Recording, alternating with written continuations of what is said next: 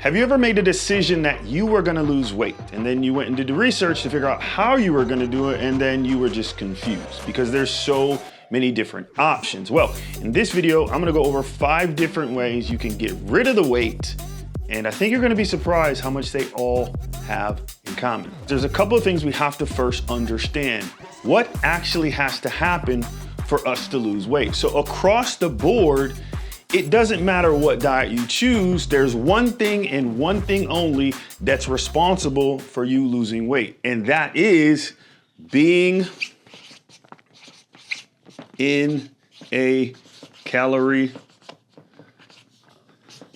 deficit. If you are not in a calorie deficit, you're not gonna lose any weight. Every single diet that we go over, every single way that we go over, all have this one thing in common. They all put you in a calorie deficit. The first way I want to talk about, which is very common these days, and it seems like everybody is doing it, is fasting. So what is fasting? Fasting is when you determine there's a set amount of time that you're gonna eat, and then there's a set amount of time you're not gonna eat. So what fasting does, it uses time to put you in the deficit. Now for the example, on everything we're gonna do, let's first kind of establish what needs to happen for us to lose weight. So we're gonna say our person needs to consume 2,000 calories a day in order for them to lose 1 pound a week, right? So this same person we're gonna use for example for all of them. So again, if they consume 2,000 calories a day and they do that 7 days a week, they'll lose 1 pound. So in terms of fasting, what this person does is they use a window of opportunity of them eating. It may be they'll eat from noon to 4. So from noon to 4, they're gonna consume 2,000 calories, or whether it's 11 to 4 or 1 to 5, the timing doesn't matter, but one thing is gonna remain consistent is they're only going to consume 2,000 calories or less, right? So they're using time as leverage to be able to do that. The second very popular way that people use is keto. Using the same scenario, this same person still has to be under 2,000 calories. Well, how they do it with keto is there's 3 main macros. There's proteins, there's carbs, and you have fats.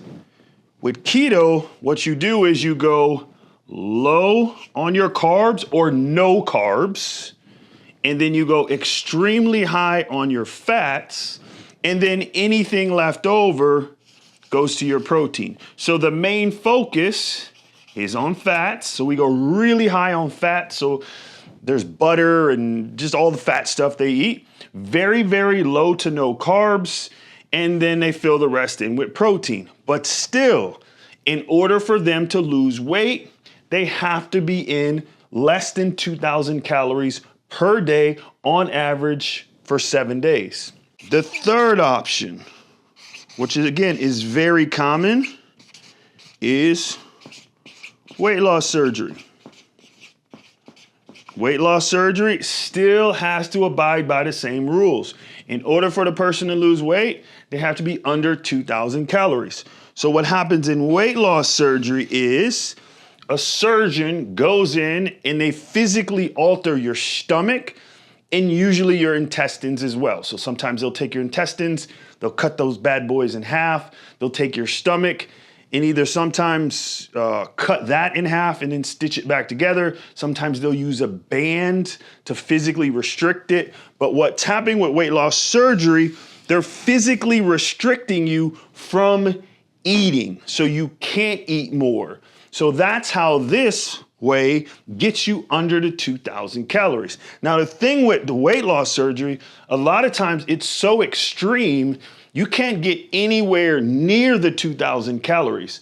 So since you're nowhere near the 2,000 calories, this is why a lot of times you'll see people with weight loss surgery, they'll drop a lot of weight and they'll drop it very, very, very fast. But again, they're still using the same underlying principle. You have to be in a calorie deficit. Number 4, which seems to be the big trend right now, which is Ozempic.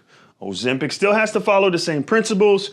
You still have to be in a calorie deficit in order to lose weight. So what Ozempic does is they take the prescription route. And what they do is you have an injection, and what that injection does, it manipulates your hormones and tells your body, hey, I'm full, we're hungry, we don't need to eat anymore. So by manipulating your hormones, this is how you're able to stay under your 2,000 calories, which again is putting you in a deficit because again, each one of these has to follow the same rules of putting you in a deficit. The difference is how you're getting to that deficit. The 5th way that we're going to talk about today, which is my favorite way, is flexible eating. So what flexible eating is, it's mixing exercise, discipline, and self-control to get you in the deficit, keeping you under 2,000 calories. The reason I like flexible eating so much is because you take the foods that you already eat, so you don't have to learn how to eat new foods. You don't have to do something that doesn't feel natural to you. You take, again, we're gonna go to this category. So we have proteins, we have carbs, and we have fats. These are things that our body needs. Our body needs all of these. It needs proteins, it needs carbs, it needs fats. It just needs it all in the right amount.